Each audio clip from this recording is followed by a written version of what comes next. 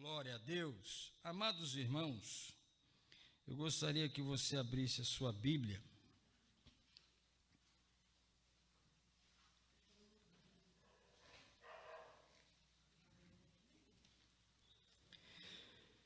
Louvado seja o nome do Senhor para sempre. Capítulo de número 9 de Romanos.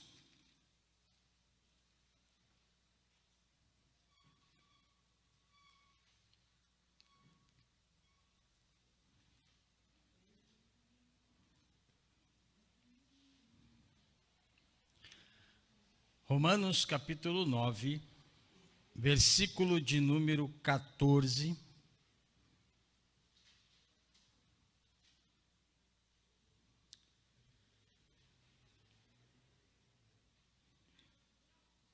Diz assim o texto: Então, que diremos?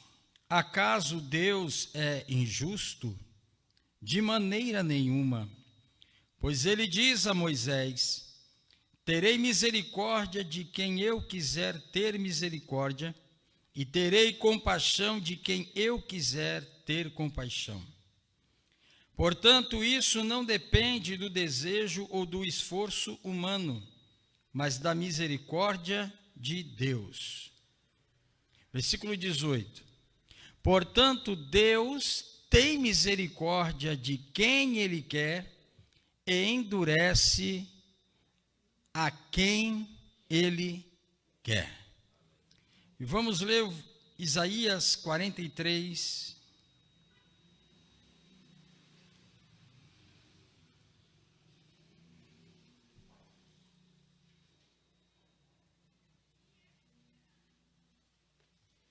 Isaías 43,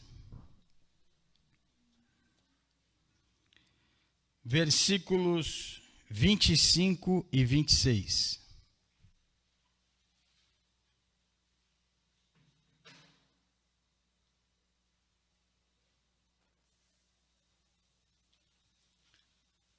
Isaías 43, versículos 25 e 26.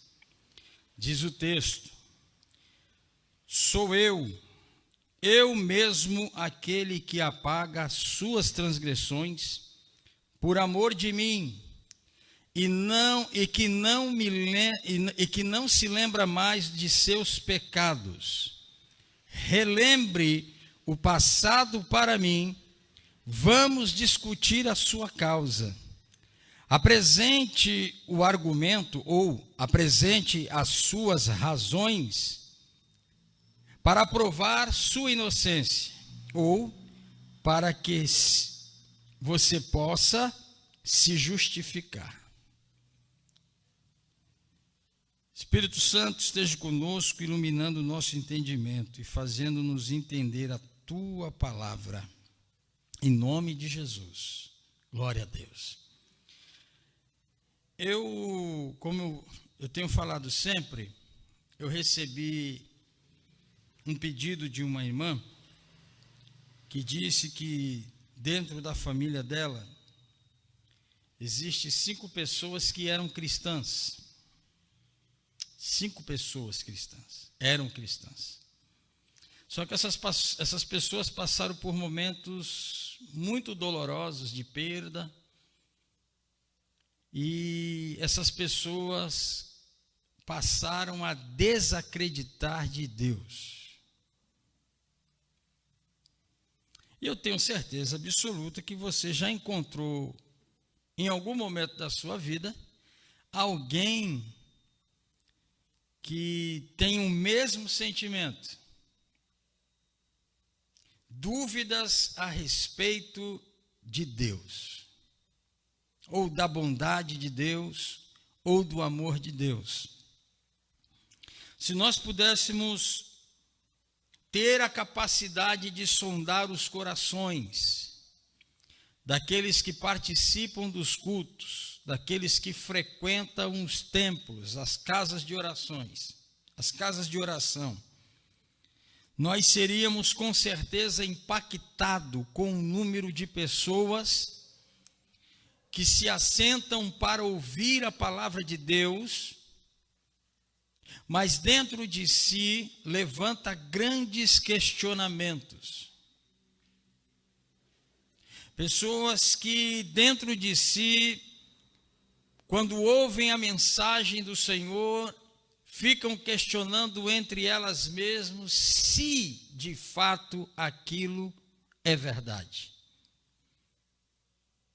Um dos sinais dados à igreja a respeito da vinda do Senhor Jesus chama-se apostasia, desvio da fé, desânimo, frieza espiritual. Pessoas que perderiam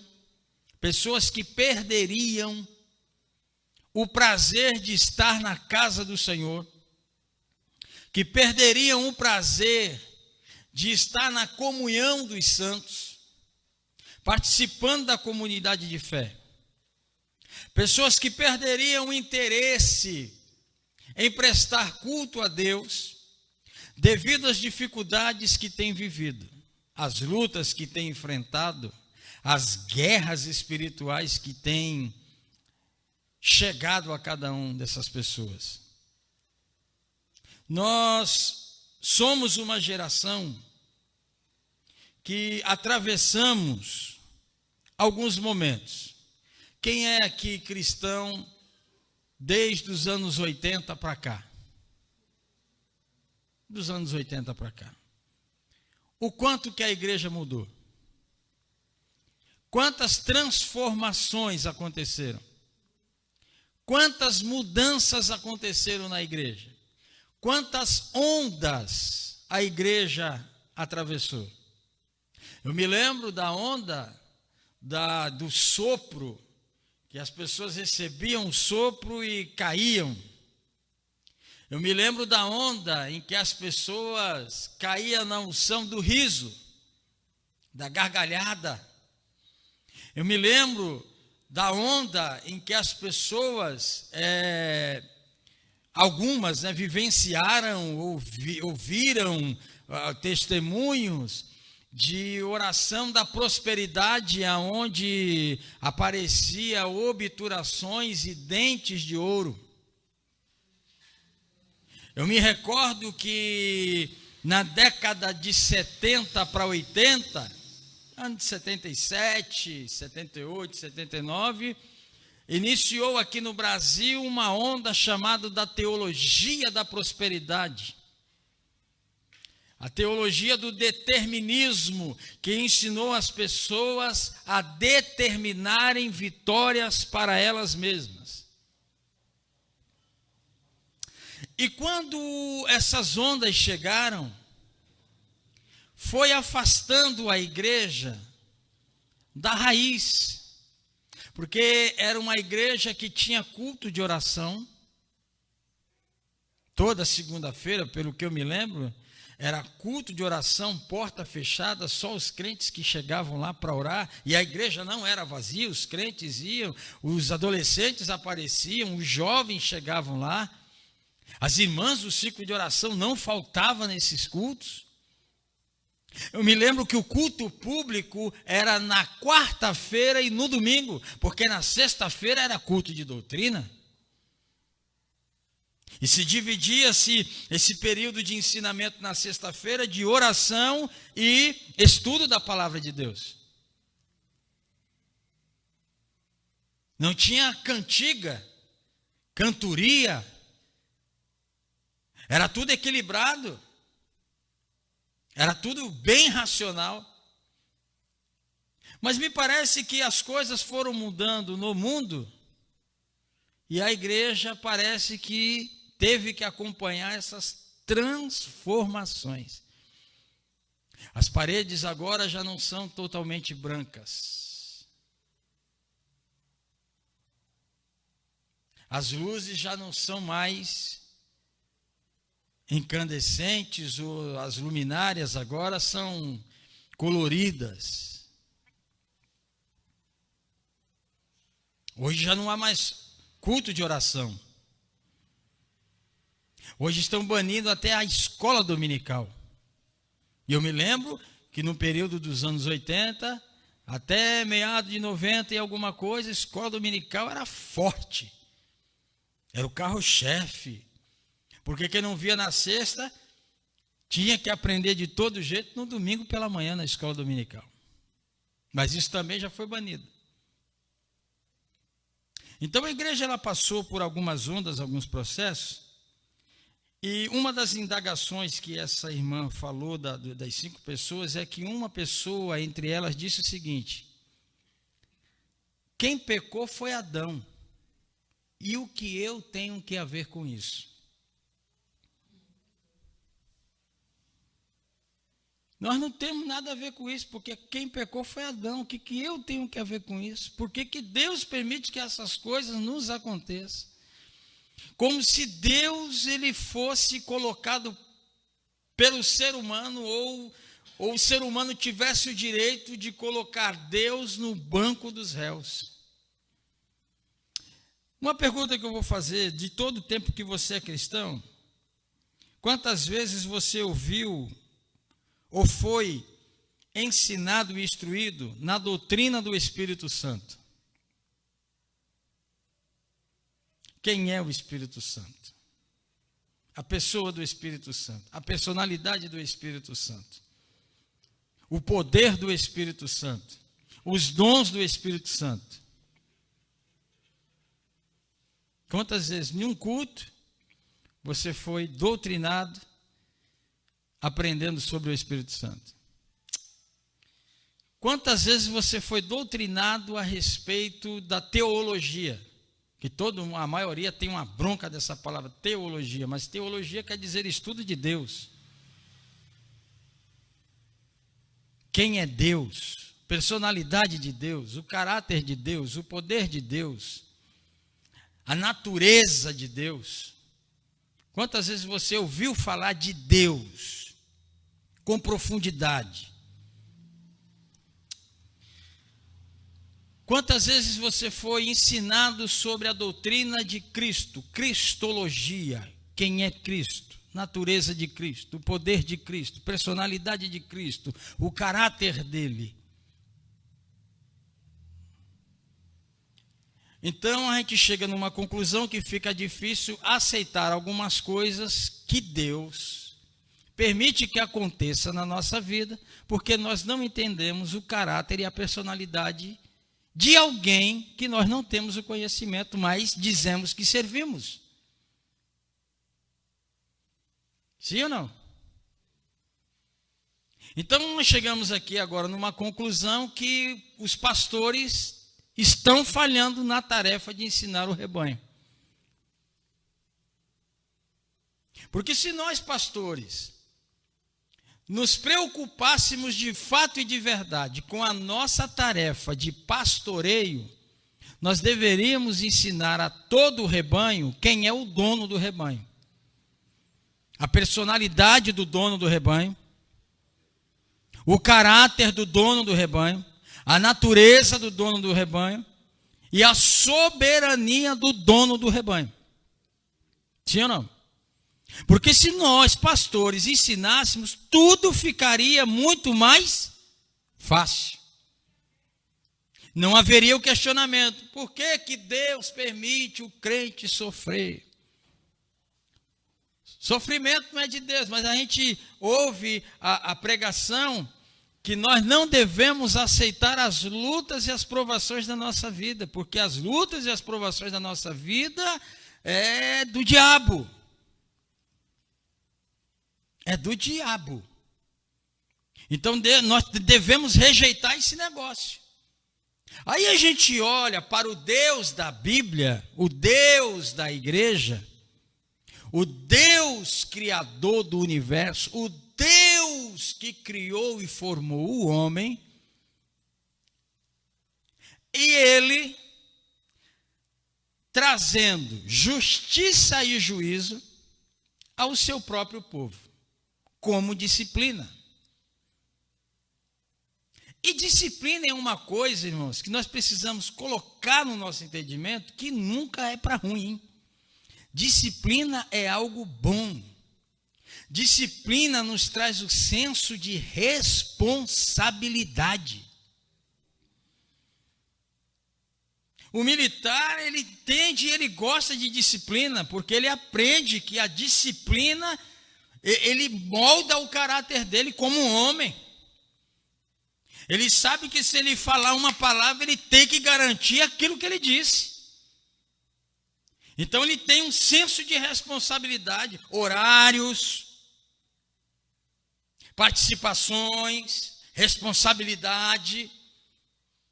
Quem está entendendo isso? Mas nós chegamos aqui a ler 2 textos e vamos ler alguns outros aí que são tremendos, né? Então vamos olhar o primeiro texto lá em Romanos, que nós estamos falando sobre a soberania de Deus.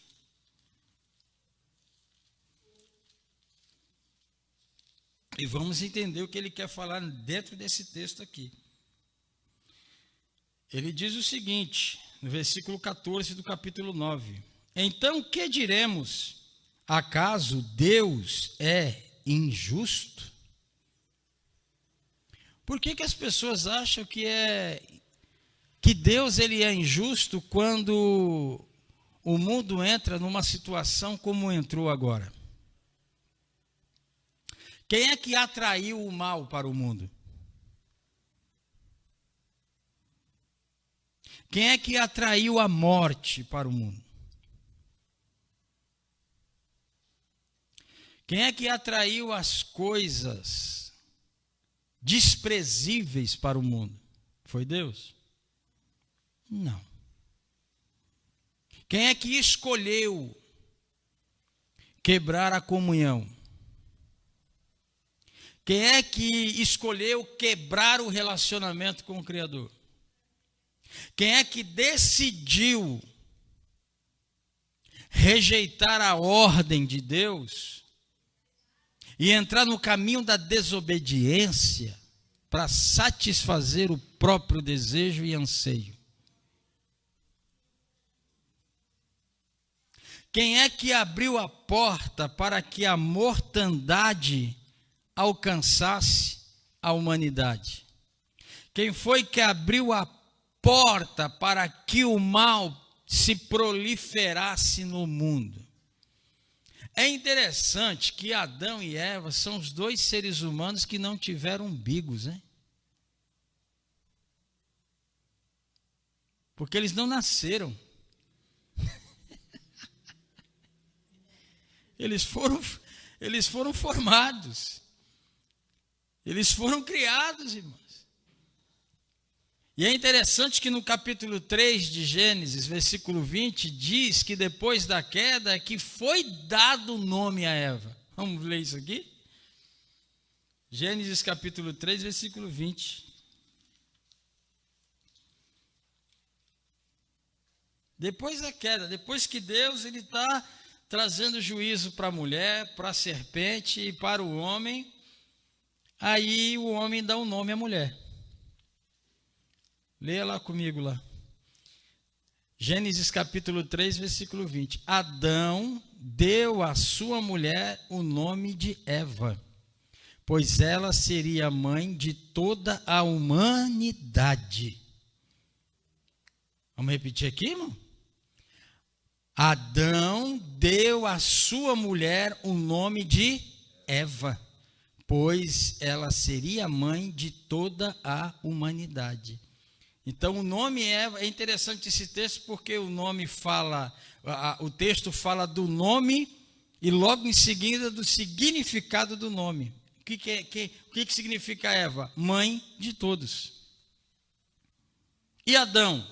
Pai de todos.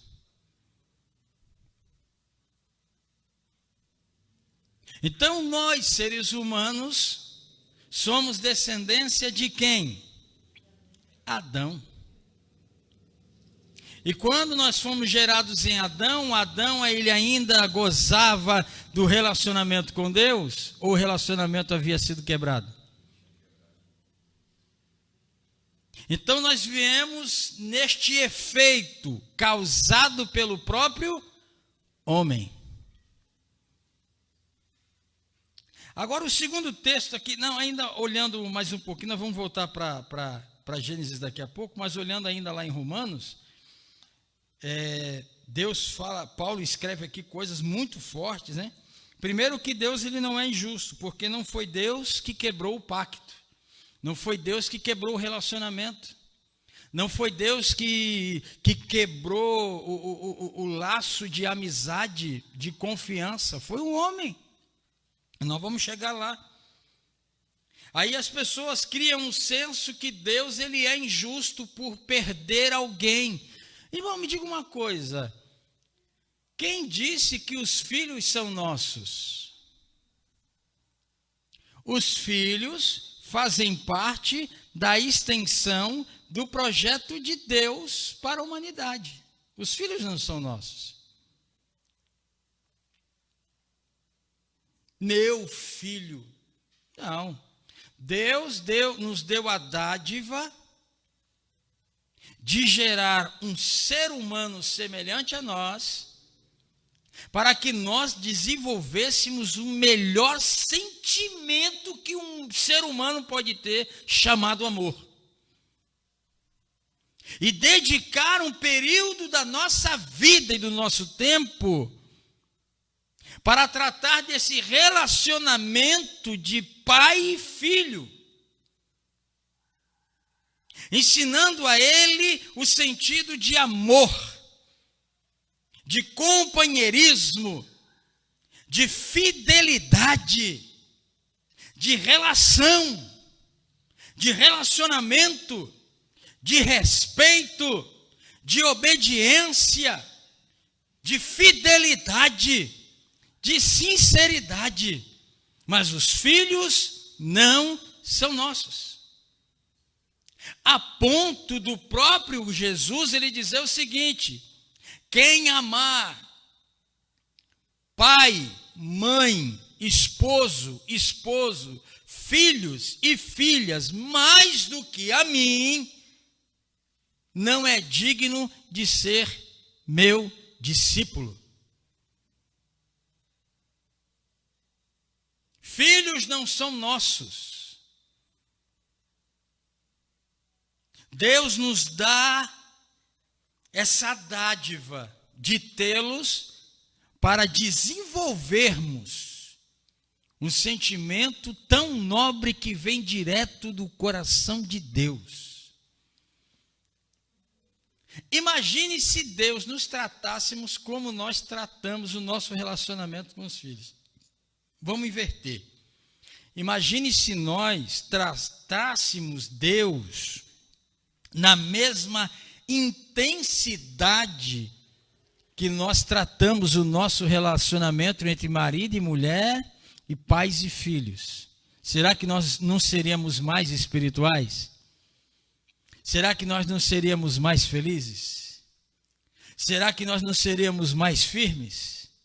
Mas como nós não vemos Deus, como nós não apalpamos Deus, nós também não procuramos o entendimento de ter esse relacionamento com o invisível. Ele é invisível, mas ele existe. Ele é verdadeiro, ele é real. E Paulo continua dizendo o seguinte aqui, que esse Deus falou a Moisés algo. Moisés, e aqui ele fala de quando Deus ele decidiu exterminar aquele povo. Porque Moisés havia subido ao monte para orar. E Moisés demorou 40 dias, irmãos. Veja só, ele subiu para orar, ele ficou 40 dias. E o povo lá embaixo começou a falar: ei, Moisés não volta mais não, vamos ficar sem líder. Moisés abandonou a gente aqui.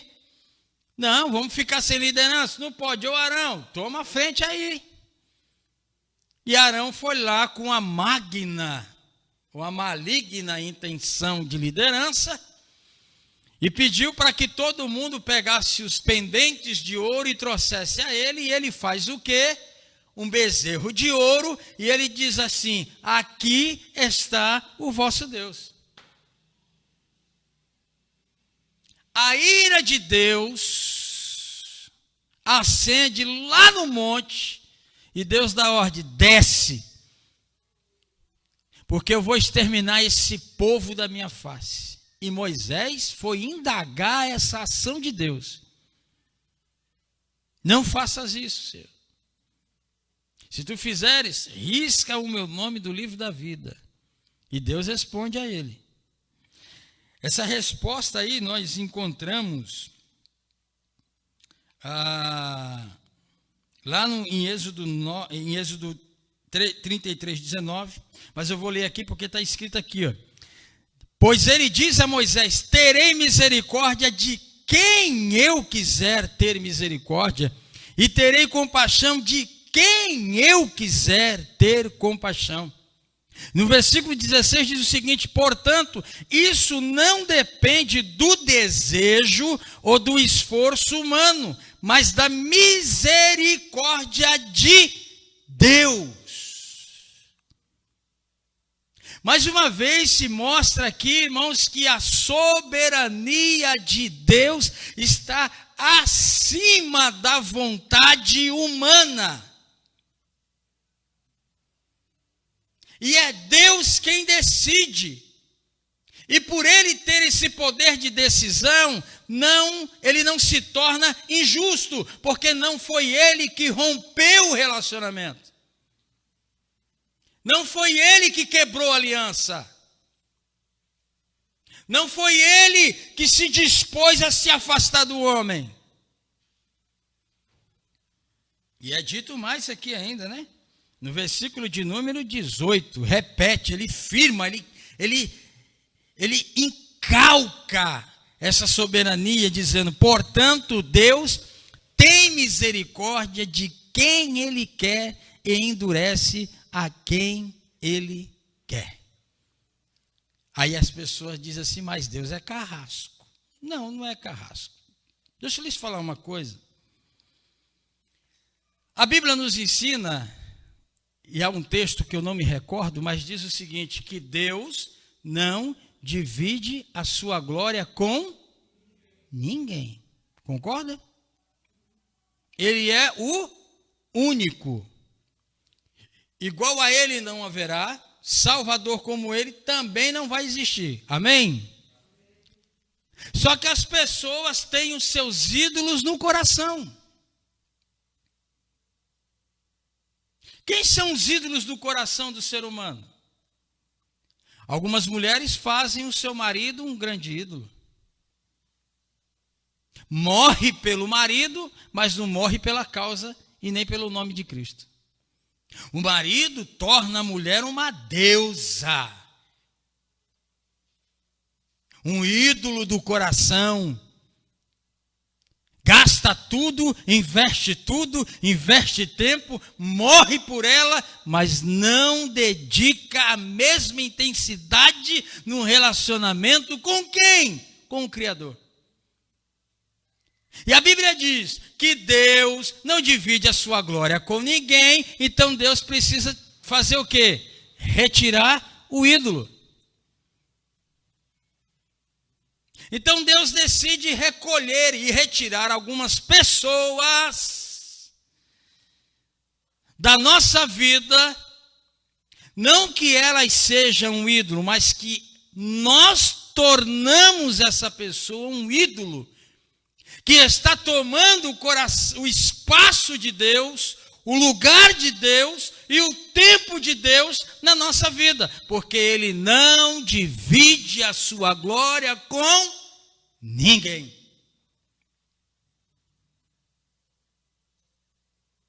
Vamos falar dos ídolos do coração aqui? Ezequiel 22.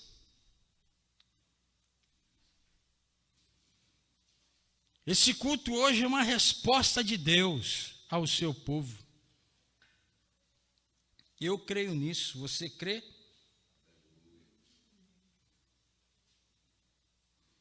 Ezequiel 22. Veio a mim esta palavra do Senhor: filho do homem, você a julgará? Você julgará essa cidade sanguinária? Então confronte-a com todas as suas práticas repugnantes. E diga: assim diz o soberano, o Senhor, ó cidade que traz condenação sobre si mesma por derramar sangue em seu meio e por se contaminar fazendo ídolos. Você se tornou culpada por causa do sangue que derramou e por ter se contaminado com os ídolos que fez. Você deu cabo dos seus dias, chegou o fim dos seus anos, por isso farei de você objeto de zombaria para as nações e de escárnio em todas as terras, tanto as nações vizinhas como as distantes zombarão de você, ó cidade infame e inquieta. Veja como cada um dos príncipes de Israel que aí está usa o seu poder para derramar sangue. Em seu meio eles têm desprezado o pai e mãe, oprimido o estrangeiro e maltratado o órfão e a viúva. Você desprezou as minhas dádivas sagradas e profanou os meus sábados. Em seu meio há caluniadores, prontos para derramar sangue. Em seu meio há os que comem nos santuários dos montes e praticam atos lascivos. Em seu meio há aqueles que desonram a cama dos seus pais e aqueles que têm relações com as mulheres nos dias de sua menstruação. Um homem comete adultério com a mulher do seu próximo, outro contamina vergonhosamente a sua nora e outra desonra a sua irmã, filha de seu próprio pai. E aqui ele vai falando de uma porção de situações que trazem a idolatria no coração. No coração.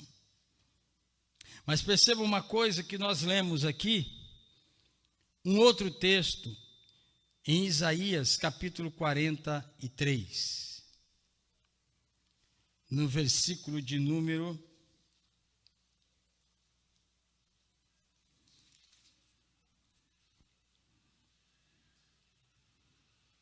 'Aliás, antes de Isaías 43, volte lá em Ezequiel capítulo 14, que era de fato o texto que eu queria ler.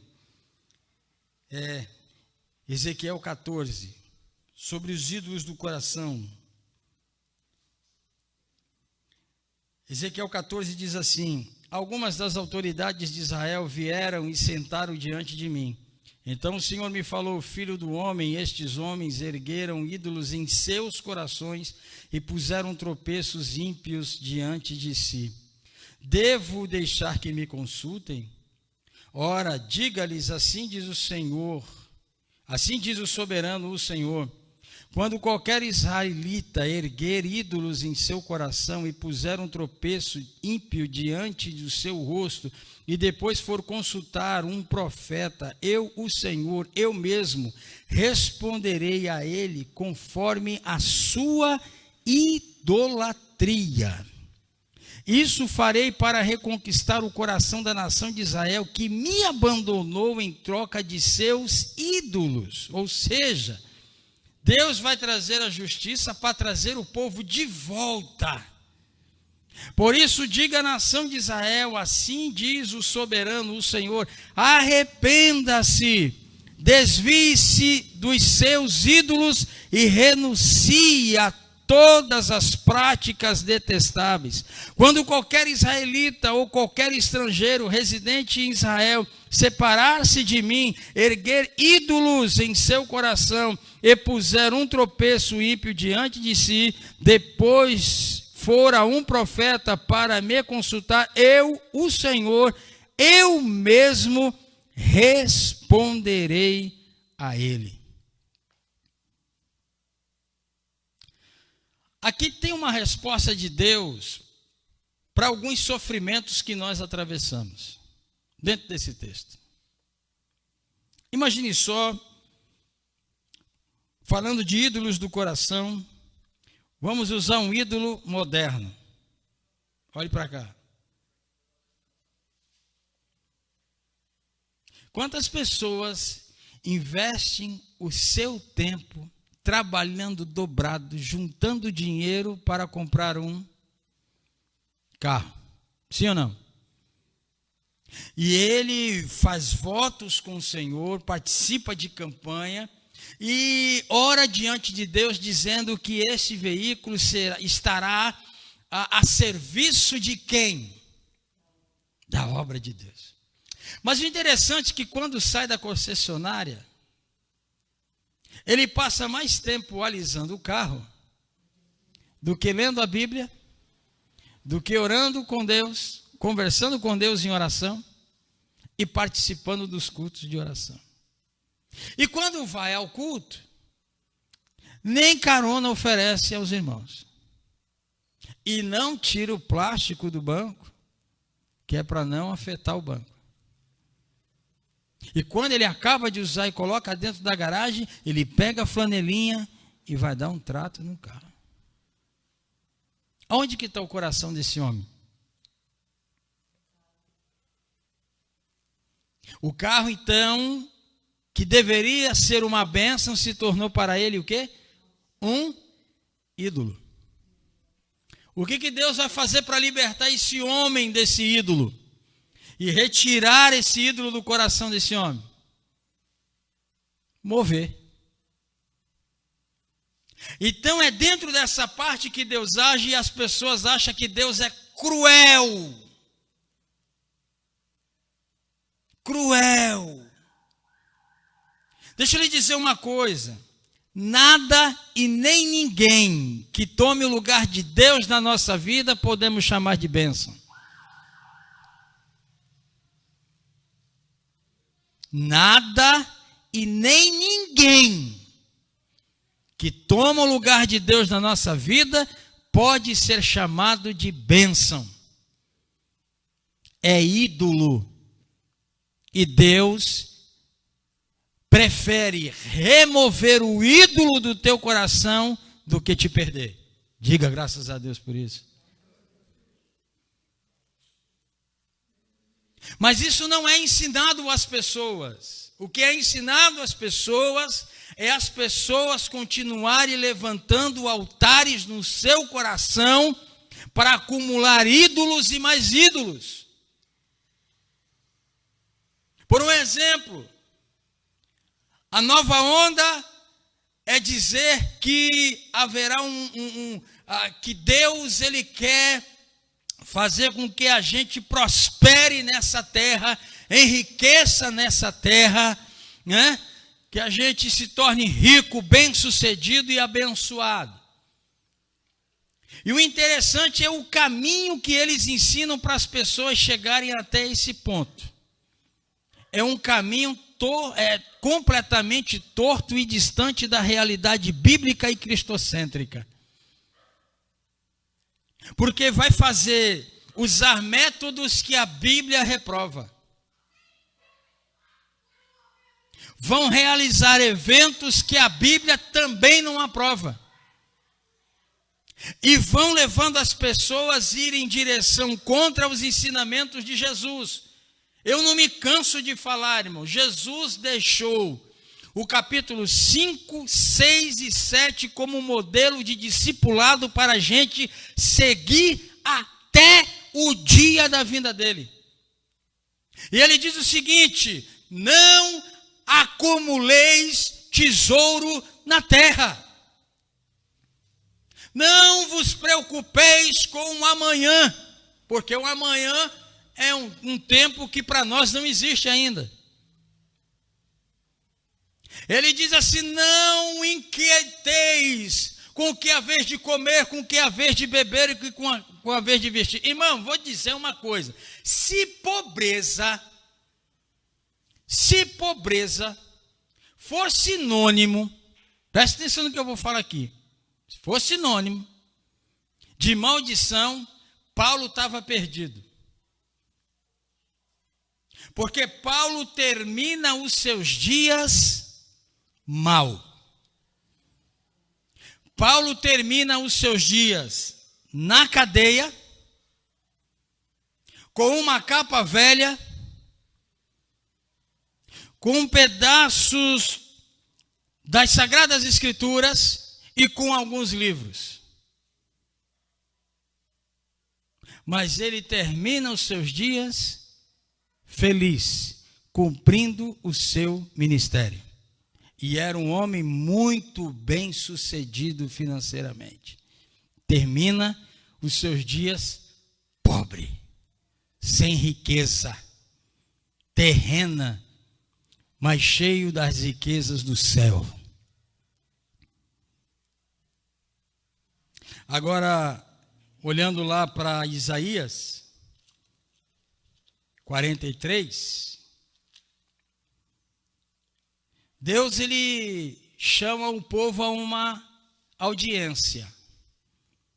E ele se apresenta ao povo dizendo o seguinte: sou eu mesmo, aquele que apaga as suas transgressões por amor de mim, e que não se lembra mais de seus pecados.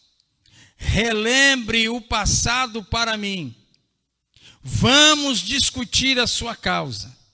Apresente o argumento para provar sua inocência. Deus convoca para uma audiência. Você é justo? Você se acha merecedor? Você não se sente, você está se sentindo injustiçado porque está colhendo coisas que você não plantou? Então me faça um favor. Me traga à memória os acontecimentos. Me faz relembrar. E traga os seus argumentos. Apresente as suas razões para mim. Para que então vamos discutir a causa para ver então se de fato você está atravessando um momento de injustiça. Porque as pessoas estão se sentindo, irmã Helena, extremamente injustiçadas. Elas estão assim como os discípulos antes de receberem o Espírito Santo, derramado o Espírito Santo sobre a vida delas, como Pedro no meio da multidão, quando Jesus ensinou assim ao jovem rico, quem se lembra, que ele queria, como é que eu faço para ter a vida eterna? Jesus falou assim, opa, conhece os mandamentos? Opa, isso aí eu conheço de cor e salteado. Eu conheço os mandamentos, conheço as leis, conheço os decretos, conheço a lei de Hammurabi, 613 mandamentos, eu sei de tudo. Fica tranquilo que isso aí eu sei de cor e salteado. Tanto que ele falou mesmo, de cor e salteado. Jesus olhou para ele e a Bíblia diz que Jesus sentiu compaixão. E disse o seguinte, não te falta uma coisa. Mas ele pegou, né, no centro, no âmago da coisa. Tocou fundo e disse assim, falta-te uma coisa, o que é que me falta então? Vai, vende tudo quanto tu tens, divide tudo com os pobres, vem e segue-me. Me diga uma coisa, esse ensinamento, Jesus pediu para que o jovem abrisse mão ou que ele multiplicasse os seus bens? Abrisse mão de tudo. A Bíblia diz que aquele jovem se entristeceu de tal maneira que se retirou. E Jesus ainda falou assim, está vendo? É muito difícil um rico herdar o reino do céu. Não é impossível, mas é difícil. Porque o ídolo deles o Deus dele é o que ele tem, o que ele possui. E quando Jesus queria arrancar esse ídolo de dentro do coração do jovem rico, o jovem rico, não, deixa eu ficar com o meu ídolo aqui. Eu não quero outro Deus para mim. Estou satisfeito com esse Deus. Aí o que acontece então? Pedro se levanta e fala, Senhor, me diga uma coisa. Se é difícil para o rico entrar no reino do céu, e nós que abandonamos tudo, o que será de nós? Jesus disse o seguinte, ninguém aqui que deixou casa, pai, mãe, irmãos e irmãs, que não seja recompensado 100 vezes tanto aqui mesmo na terra. Mas quando ele falou assim, não é que Deus ia dar a eles 100 casas, não. Os irmãos, e o que os irmãos tinham, seria deles também. Ou seja, tudo em comum. Mas isso não é ensinado dentro da igreja.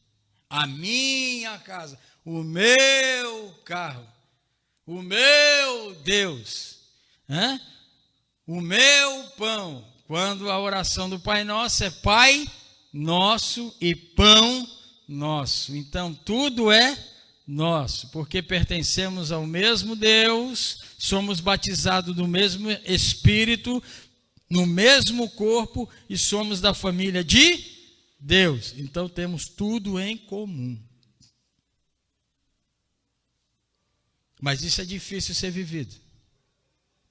Então Deus pega agora e chama: vem cá, você está se sentindo injustiçado, então traga para mim as razões.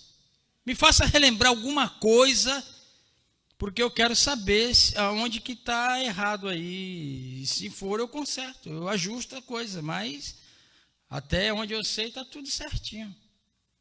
E vamos ver isso aqui, interessante, porque Deus é aquele que sempre está querendo se relacionar com o homem. Abra sua Bíblia lá em Gênesis.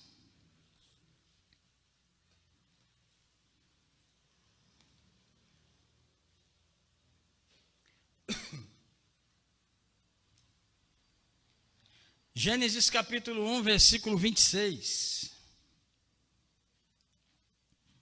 e 27. Nós vamos ler o 26, a parte A, e o 27 todo. Diz o seguinte: então disse Deus: façamos o homem à nossa imagem, conforme a nossa semelhança. Versículo 27. Criou Deus o homem à sua imagem, a imagem de Deus o criou, homem e mulher os criou.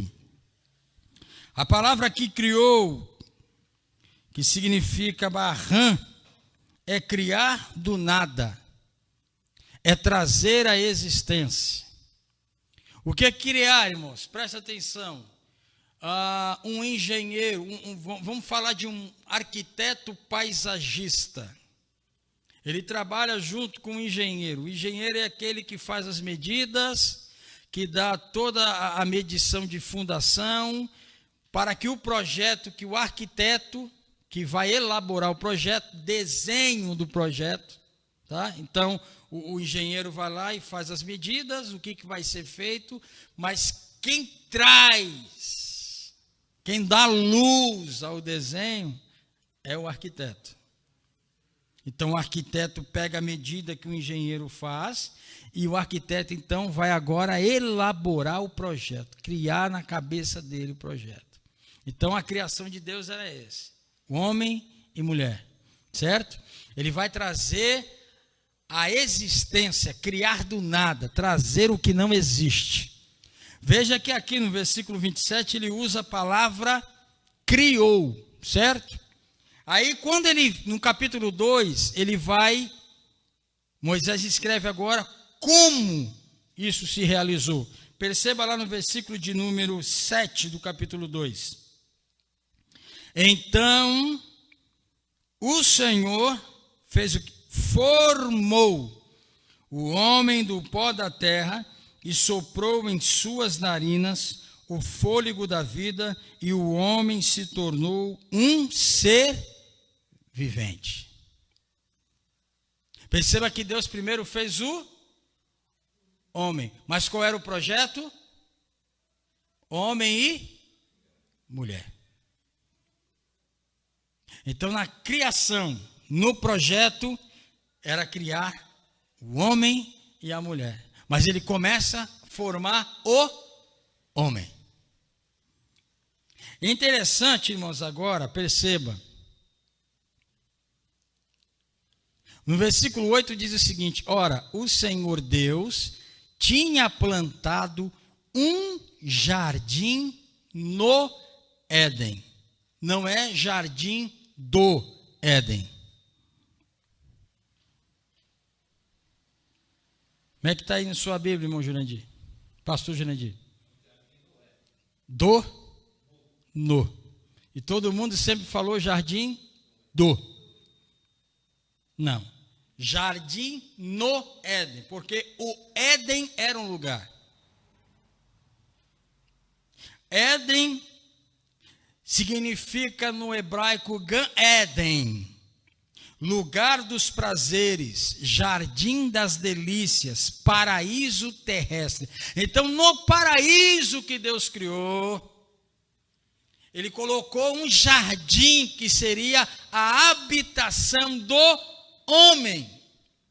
Então, Deus coloca, Ele cria todas as coisas, ainda monta um jardim nesse paraíso, aonde seria a habitação do homem, aonde Deus teria o prazer de toda virada do dia ir ao encontro desse homem, se relacionar, manter um laço de amizade, de estreitamento entre Criador e criatura. Então Deus prepara tudo. Olha que coisa tremenda. Veja no versículo de número 15 do capítulo 2. O Senhor Deus colocou o homem no jardim do Éden. Agora ele muda. Porque o jardim está no Éden. Então aqui ele aponta o lugar para cuidar dele e cultivá-lo. Então a missão do homem, além de manter um relacionamento com Deus, é administrar aquilo que Deus havia dado para ele. Perceba, irmãos, que Adão, ele não tinha quase trabalho nenhum. Ele só precisava cuidar, zelar daquilo, administrar aquele paraíso, aquele lugar de delícia, onde não havia morte, não havia fome, não havia dor, não havia maldade, não havia enfermidade, não havia sofrimento, não havia angústia, o mal não existia, o mal estava oculto. Veja comigo o versículo de número 9 do capítulo 2. Então o Senhor Deus fez nascer do solo todo tipo de árvores agradáveis aos olhos e boas para alimento. E no meio do jardim estava a árvore da vida e a árvore do conhecimento do bem e do mal. Ambas estavam lá. Mas Deus, ele só impôs limite para que não tocasse em uma árvore. Veja no versículo de número 16 do capítulo 2, 16 e 17. Então, o Senhor Deus ordenou ao homem: coma livremente de qualquer árvore do jardim, mas não coma da árvore do conhecimento do bem e do mal, porque no dia em que dela comer, certamente você morrerá. O salário do pecado é a morte. E o que é pecado, bispo? Pecado é transgressão da lei. Pecado é rebelião contra Deus. Pecado é tudo aquilo que contraria a santidade de Deus. Pecado é quebra de aliança, quebra de princípio. E a Bíblia nos ensina que aquele que quebra princípio, pelo princípio que ele quebra, também será quebrado. Agora veja só, irmãos, Deus, ele prepara tudo, um lugar espetacular. E Deus só pede uma coisa para o homem. Olha, está vendo isso aqui? Olha que coisa gloriosa, que coisa maravilhosa. Você pode comer de tudo, tudo aqui é seu, é para vocês se manterem, cultivar e cuidar. Comam. Agora, está vendo essa árvore aqui? Essa aqui vai ser o nosso limite num relacionamento. Aqui você vai entender quem eu sou e quem você é. Onde eu estou e onde você está. A minha soberania e a sua servidão. Sua obediência. É aqui. Nosso relacionamento fica forte aqui. É aqui que é o negócio do nosso relacionamento. É aqui que, se nós mantermos essa relação de obediência, nós vamos viver aí longo tempo. Porque Deus, ele não criou o homem para o homem morrer rápido, não. Tanto que a gente vê, ainda depois do pecado, o homem chega a viver 969 anos. E se a morte não, e se o pecado não entra no mundo, era eternidade na terra, no paraíso, irmão. Olha que coisa tremenda. Porque Deus deu a ordem antes do pecado. Crescer, quando ele forma o homem, ele tira a mulher, né, do homem, da própria matéria. Por isso que Adão, ele fala assim, de fato esta é a mulher, osso do meu osso. Não é porque ele teve a Lilith nunca existiu. A Lilith foi colocada na cabeça de quem nunca soube interpretar esse texto. Porque até aquele momento em que Adão ele foi criado, ele não viu nenhuma pessoa semelhante a ele.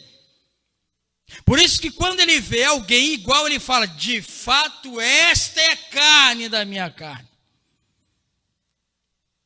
Porque ele está vendo alguém semelhante a ele.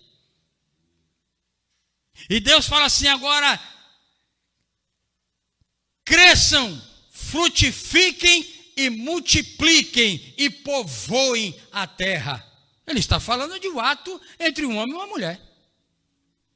Ou seja, gerar outros seres humanos. Então, antes da queda, da desobediência, do pecado de Adão, já foi dado a ordem para que o homem conhecesse a sua mulher, mas dentro de um quadro de inocência. Perceba que o sexo ele ficou banalizado. Já reparou nisso? Que houve prostituição, que há as profissionais do sexo agora. Está banalizado? Nas baladinhas, vai lá, dá um beijinho aqui, daqui a pouco está no hotel ou dentro de um carro, tendo relação sexual com alguém que nem sabe quem é, nem de onde veio, porque ficou banalizado o negócio. Mas o padrão de sexo foi dado a um casal, unido por Deus, e é sagrado. Tanto que no livro de Hebreus, capítulo 13, versículo 4, diz assim, que sagrado seja o vosso matrimônio, o vosso leito. Então tudo tem princípios que precisam ser obedecidos e praticados, mas Adão vai lá e quebra. Veja lá comigo no versículo, capítulo 3. Eu já vou logo lá para o versículo 6. Quando a mulher viu que a árvore parecia agradável ao paladar, era atraente aos olhos, e além disso, desejável para dela se obter discernimento, tomou do seu fruto, comeu e deu a seu marido que comeu também. Aqui fala de algo que foi logo transmitido ao mundo, que está em 1 de João capítulo 2, versículo 15. Não ameis o mundo, e nem nas coisas que o mundo há. E o que há no mundo? Concupiscência dos olhos, concupiscência da carne e soberba da vida. Essas três coisas está inserido nesse versículo 6, na prática de Eva. Veja só, quando a mulher viu a árvore, viu que a árvore parecia o quê? Agradável ao paladar, cobiça dos olhos. Era atraente aos olhos e, além disso, desejável para ela obter conhecimento. Aí ela vai, tomou do seu fruto, comeu e deu a seu marido, que comeu também. É interessante que quando ela come, nada acontece. Nada. Ela come, ela olha o marido continua nu, ela não entende, nada aconteceu, nada mudou. Agora veja o que acontece aqui no versículo 7, eu já estou encerrando. Os olhos dos homens se abriram, os olhos dos dois se abriram e perceberam que estavam nus. Então juntaram folhas de figueira para cobrir-se. Ouvindo o homem e sua mulher os passos do Senhor Deus, que andava pelo jardim quando soprava a brisa do dia, ou na viração do dia, esconderam-se da presença do Senhor Deus entre as árvores do jardim. Agora me diga uma coisa, quem é que vai à procura do homem caído? Quem procura quem? O homem que procura Deus ou Deus que vai procurar o homem? Versículo 9, mas o Senhor Deus o chamou perguntando, onde está você? E aqui começa a história da humanidade, dos dias atuais. Transferência de responsabilidade. As pessoas têm dificuldade de assumirem os seus erros. As pessoas têm dificuldade de confessar os seus pecados e lidar com os seus pecados. As pessoas têm dificuldade de se responsabilizarem pelos erros cometidos, pelas más escolhas e as más decisões que ela faz. E ela sempre está apontando alguém ou alguma coisa, menos elas mesmas. Veja comigo, no versículo de número 10.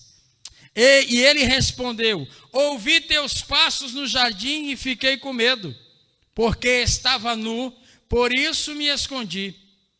E Deus perguntou, quem lhe disse que você estava nu? Você comeu do fruto da árvore da qual lhe proibi comer?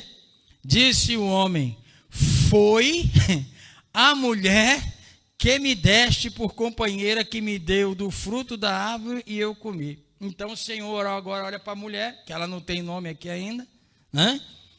O Senhor Deus perguntou então à mulher, que foi que você fez?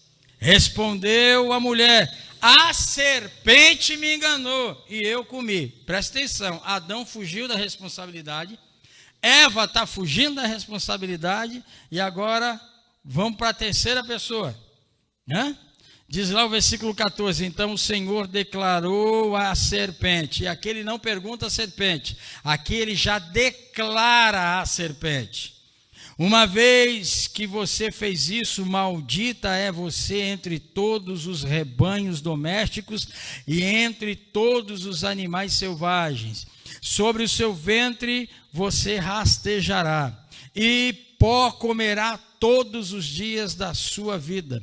Porém, inimizade entre você e a mulher, entre a sua descendência e o descendente dela. Este lhe ferirá a cabeça e você lhe ferirá o calcanhar. Aí ele vai trazer o julgamento à mulher. A mulher, ele declarou, multiplicarei grandemente o seu sofrimento na gravidez. Com sofrimento você dará à luz filhos, seu desejo será para o seu marido e ele a dominará. Ao homem declarou, visto que você deu ouvidos à sua mulher e comeu do fruto da árvore, da qual eu lhe ordenara que não comesse, maldita é a terra por sua causa. Com sofrimento você se alimentará dela todos os dias da sua vida. E aqui ele está falando para toda a descendência.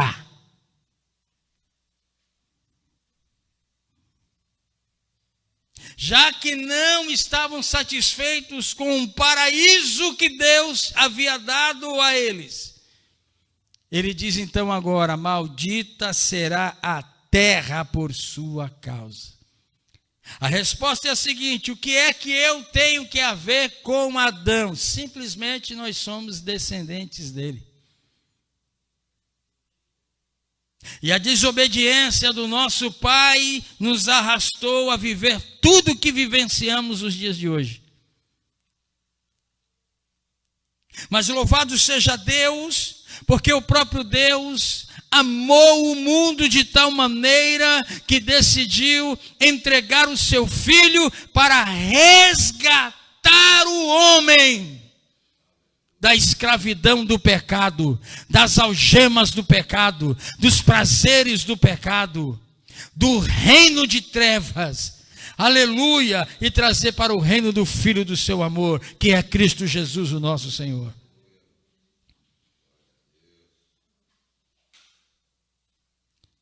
O rico, ele pode ser rico, mas se ele estiver sem Deus, ele vai terminar seus dias e vai viver uma eternidade, porque a vida não termina com a morte. O que termina com a morte é o tempo de vida do corpo.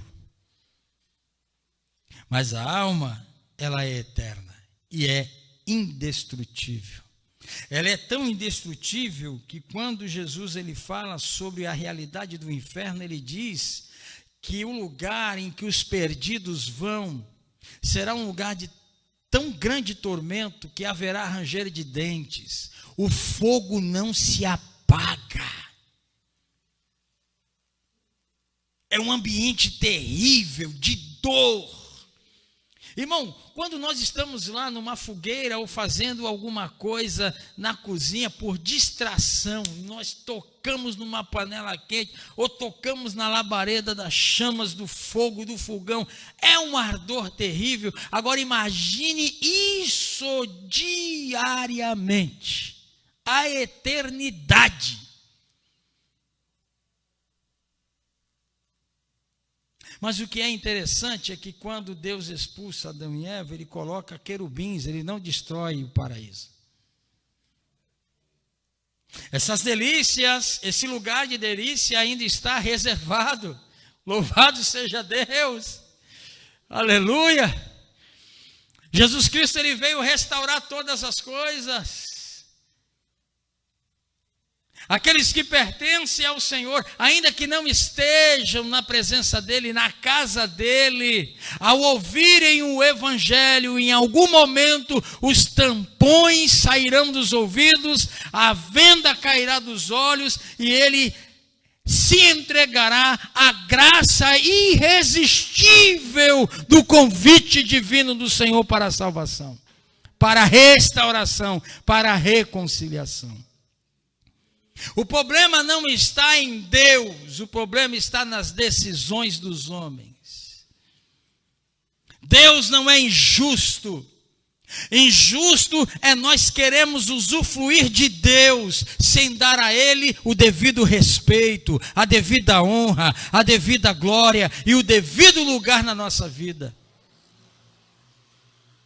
Injustiça é a gente querer ter ídolos no nosso coração e fazer que Deus participe disso, aceitando aquilo que queremos e não aquilo que é da vontade dEle para a nossa vida. Então, se alguém está perdendo coisas ou pessoas, é porque de fato o seu coração está lá e Deus não quer perder você. Então Ele retira aquilo que se tornou um ídolo para que você não se perca. Porque o pecado de idolatria também é imperdoável, tanto que diz que os idólatras não entrarão no reino de Deus.